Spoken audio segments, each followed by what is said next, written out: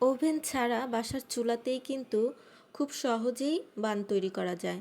তবে আমার চিকেন বানের কালারটা কিন্তু আরও একটু সুন্দর হলেও হতে পারতো। তো আজকে আপনাদের সাথে আমার তৈরি করা এই চিকেন বানের রেসিপিটি শেয়ার করছি। আসসালামু আলাইকুম সবাইকে। তো ফার্স্টে চিকেন বান তৈরি করার জন্য আমি এখানে পেঁয়াজ আর কাঁচামরিচ হালকা একটু ভেজে নেব। অতিরিক্ত ভাজবো না, একটু নরম হলেই এর মধ্যে আগে থেকে খুব ভালোভাবে আমি কেটে ধুয়ে পরিষ্কার করে নিয়েছি আর ছোট ছোট টুকরো করে কেটে নিয়েছি।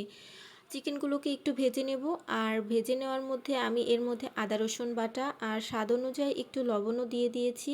চিকেন থেকে কিন্তু অনেকটা পরিমাণ পানি বের হবে, এজন্য এক্সট্রা পানি আমি এর মধ্যে অ্যাড করব না। ঝালের জন্য আমি এখানে গুঁড়ামরিচ আর গোলমরিচ আর 1 চামচের মতন সয়া সস অ্যাড করেছি। এবারে চিকেনটা সেদ্ধ হওয়া পর্যন্ত খুব ভালোভাবে রান্না করে নেব।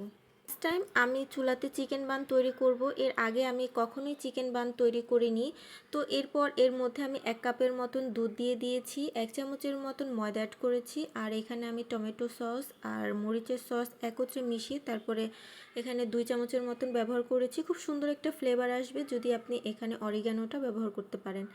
আরও কিছু সময় আমি চিকেনটা রান্না করব, এর পানিটা যতক্ষণ না টেনে আসবে। এবার কিন্তু চিকেনটা একদম আঠালো একটা কনসিস্টেন্সিতে চলে এসেছে।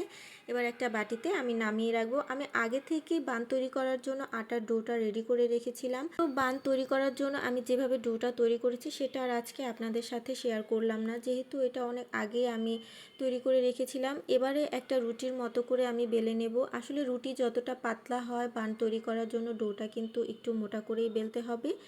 এরপর এর মধ্যে আমি আগে থেকে যে চিকেনের ডোটা রেডি করে রেখেছিলাম সেই ডোটা আমি এর মধ্যে দিয়ে দিব।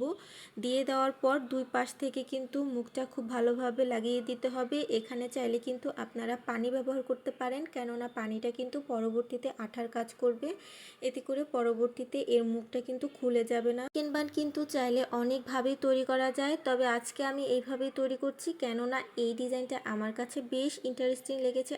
এভাবে কেটে নেওয়া অংশটা এবার আমি আটার সাথে খুব ভালোভাবে লাগিয়ে দিব। আমিও কিন্তু এখানে আঠার জন্য পানি ব্যবহার করেছি, এটাতে কিন্তু খুব ভালো একটা ডিজাইন হয়ে যাবে। আর এরকম করে আমি আরও 3টা চিকেন বান তৈরি করে নিয়েছি। উপরে সুন্দর একটা কালার আসার জন্যই মূলত আমি এখানে ডিমের কুসুম ব্যবহার করেছি, আর সব শেষে উপরে একটুখানি তিল ছড়িয়ে নিয়েছিলাম। আগে থেকেই সিলভারের হাঁড়িটা একটু গরম করে নিয়েছি, আর এর মধ্যে দিয়ে এখন আমি চিকেন বানটা চুলায় বসিয়ে দেব। তো যাই হোক, আমি আসলে যেরকম কালারটা আশা করেছিলাম সেটা আসেনি, তবে টেস্ট কিন্তু মাশাআল্লাহ অনেক বেশি ভালো হয়েছিল। তবে আমার কাছে মনে হয় যে যারা উপরে সুন্দর একটা কালার আনতে চান তারা কিন্তু চাইলে এটাকে তেলেও ভেজে নিতে পারেন, সেক্ষেত্রে অনেক সুন্দর একটা কালার আসবে। তো যাই হোক, আজকের মতো এ পর্যন্তই। সবাই ভালো থাকবেন, সুস্থ থাকবেন, দেখা হবে নেক্সট অন্য কোনো ভিডিওতে। আল্লাহ হাফিজ সবাইকে।